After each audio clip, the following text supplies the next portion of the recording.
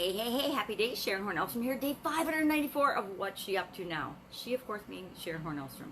I named this years ago, actually 595 days ago probably, when I decided I was going to document my journey of transitioning from corporate America, brick and mortar businesses, lots of them, like 27 or so, to the online world. I had an opportunity to learn about online businesses a little bit while I was in corporate America and running my offline businesses, but I never even had time to dabble. It was just not even a hobby. It was just I'm interested in this, I'm curious about this, but I really never explored it.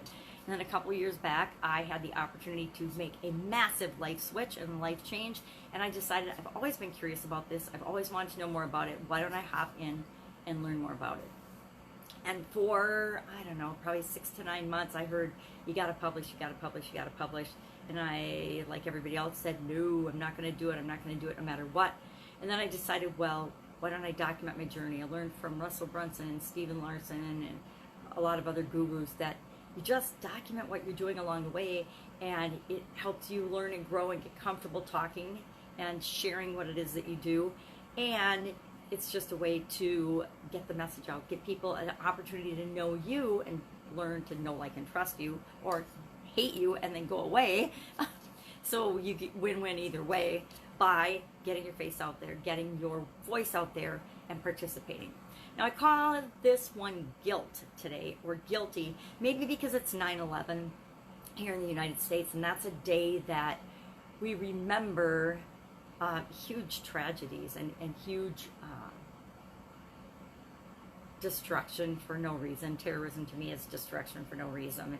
It's kind of like, you know, wars and fighting and hate, and you know, it's kind of like doubt, worry, fear, and those things. Guilt to me is one of those feelings that we all feel it, we all experience it, but it's kind of a total waste of time, right?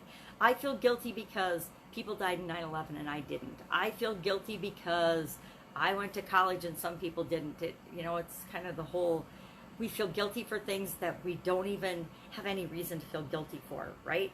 You know, I feel guilty because I snapped at the ex-husband the other day. I feel guilty because I didn't pay attention to my daughter when she asked me a question and I didn't hear it. I mean, we can feel guilty about all kinds of things.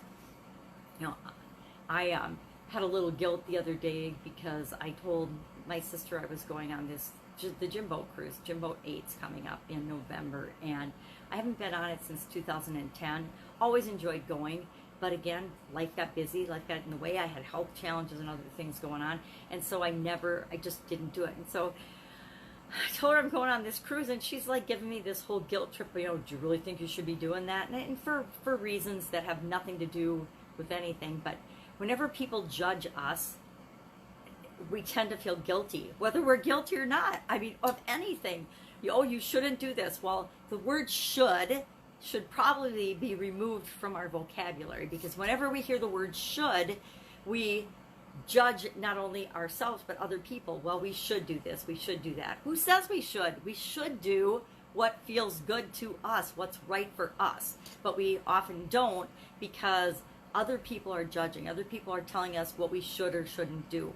And that's not us knowing what we should or shouldn't do. It's other people putting their beliefs and their past experiences and their thoughts and their feelings onto us, and that's never really appropriate, right?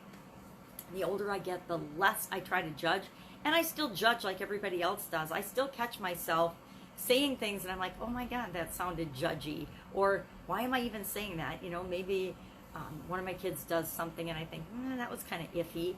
Well, I try not to say anything about it. I try to just, they're grown-ups, let them figure it out, and it's none of my business. Other people's lives, for the very most part, are none of our business. We're here to love and support them, but it's not for us to judge. And that's really hard when we see things like injustices, or when we see people behaving in ways that just plain sucks. And we all have that in our lives. We all see things and experience things that we just make our eyes pop, and we're like, really? You just said that? You just did that? And different things trip us up. And, you know, to me, and actually it's really interesting, it's from 2010 on, I've had this light switch go off about judgmental behavior and judgment, and it really started to bother me. And I think it's probably because prior to that point, I was arrogant and egotistical and judgmental and living too much in the shoulds of life and other people's beliefs and not living in my own. And that's another story, but I think since that point it was like a light switch went off, and actually a light switch did go off for me personally, and I had the opportunity to change and reevaluate and look at the way I was living my life, what was important and what wasn't important. And people became much more important, experiences and the journey became much more important. And that's also part of why I like to document the journey, because every day, if we're alive, if we're living, it's worth documenting. It's worth making note of, because, you know, it's like a good movie. Good things happen, bad things happen, but the only thing that really matters is how we respond to it. And so I will contend right here, right now, that guilt, doubt, worry, fear are going to show up in our lives, but let's not let them live there. Let's let them pop in to visit, but let's get them out as soon as possible. Let's find ways to let those feelings go and to move on to something that feels better for us, because they're never going to move us in the direction that we want to go. None of us ever want to feel more fear. None of us ever want to feel more guilt. None of us ever want to feel more doubt. I don't know about you, but as a mom, I don't need to ever feel more worry. Enough of it pops up naturally that I don't need to add to that by adding more thoughts, more feelings, more beliefs that compound those feelings and make me feel worse. Let me ask you a question. How does guilt make you feel? How does doubt make you feel? How does worry make you feel? None of those things make me feel good. So I'm going to visit them, and then I'm going to let them go as quickly as possible. And then you might be asking, well, how the heck do you let those things go? It depends. I have feelings, and we all do, of things that happen. I don't know why. God knows why. Heaven knows why. Nobody knows why. I certainly probably do know why if I want to dig down deep enough and find out, but I really don't want to, because what's the value to my life? What's the value add to going back and trying to find some event or somebody that said something to me when I was 3 that I don't even consciously remember, but it's buried so far in my mind and my subconscious that it's still popping up and affecting me sometimes? Who wants to go to all that time and energy and work to figure out what that exact thing is? You might need to. There's things in our past that we need to resolve, and we need to go to that level of understanding. Me, I'm past the point of that. I'm like, done enough work on myself and on my personality, sort of. I'm still too direct, but I've done enough, you know, personal development work to know that generally it doesn't add any value, and it doesn't help me let go of it anymore. If anything, it leads me down the path of a pity party, and I find myself feeling more victimized and more sorry for myself before, and that makes it just harder to get out of that and to let it go. I'm talking about things, and they usually involve other people, right? The things we feel guilty, worried, fearful about, it usually involves other people. You know, I don't worry about myself. I worry like crazy about my kids sometimes. And my son helped me in that. When he went to Nepal to go to Mount Everest, that was like, he was 21, and it was, I'd never been to Nepal or any country or traveled like that, and he was going by himself. And I had to let go of worrying about him all the time, because there was nothing I could do about it. When somebody is 8,000 miles away, you get trip insurance, and you know, you be on the other end of the phone, and you do the best you can, but you believe and trust that they'll figure it out. Hey, you're 21 years old, you're choosing to do this, nothing I would ever choose to do, but God bless you. You're going to have to figure it out, because I'm not going to be there to help you. And so the first day or so, oh my God, my ex-husband called me about, I don't know, 12 times, 15 times, all worried about he couldn't get a hold of Michael. And I just said, here's the deal. I am worried too, but I'm choosing not to worry. I'm choosing to trust that he'll figure it out, because he wouldn't have gone if he wasn't capable, if he didn't think he could handle it, if he didn't think no matter what came up, he would figure it out. Now later on, he did get high mountain altitude sickness and have to be choppered off of the mountain, but he figured it out. That's why we had the trip insurance. That's why we did it. And so me worrying was not going to send the right energy. It wasn't going to help him in any way. So I didn't worry. The months he was gone, I chose to just send him love and pray for him, and, you know, do whatever it is that we moms do and not worry. And so that was pretty much the turning point for my ability to stop worrying about things that I couldn't control. Now, Do I worry about things I can't control like everybody else?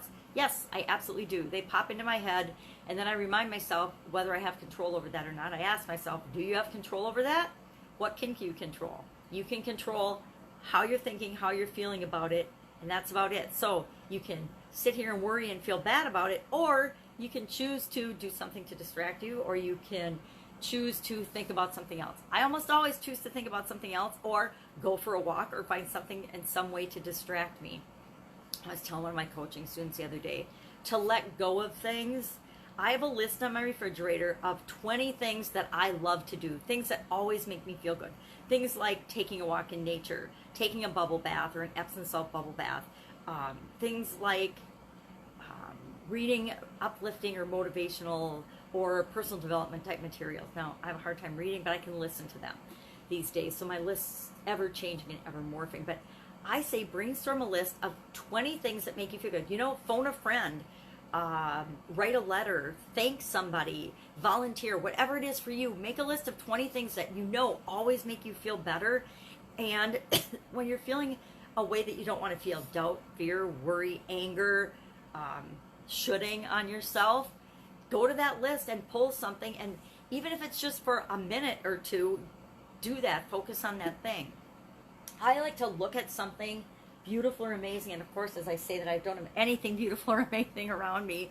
But I like to sometimes just sit and look at something beautiful or amazing. Or I grab one of these cards from a card deck. Those are beautiful and amazing, and they always make me feel better. What's this one? This one says, I need my magnifying glass. The secret of creating anything desired is to get happy. So maybe if I'm feeling let down or something, I grab one of these cards, or I will grab a book of phrases or meanings. I like words. Or, this is weird, but I will grab a cookbook and I will read recipes. I know that's strange, but I love to cook. I love to create things, but I don't ever cook with recipes. But I like to read recipe books. I like to read cookbooks. I know, it's strange. So maybe I grab a cookbook and I try a new recipe, or I just read some recipes, and that makes me feel better because I don't actually consume the calories of the recipes I try.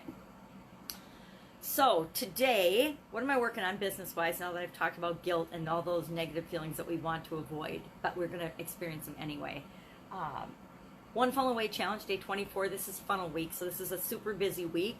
And I always think it's going to be easier. I thought it'd be a cakewalk for me this week, but yet again, it's not, because I'm revamping and rewriting all the copy and doing everything and doing all kinds of things. So it's almost as if I've started over, which is always fun. It's always fun to remind ourselves that any day, any time, any minute, any instant, we can have a do-over. We can have a mulligan. We can start over with anything, anytime we want.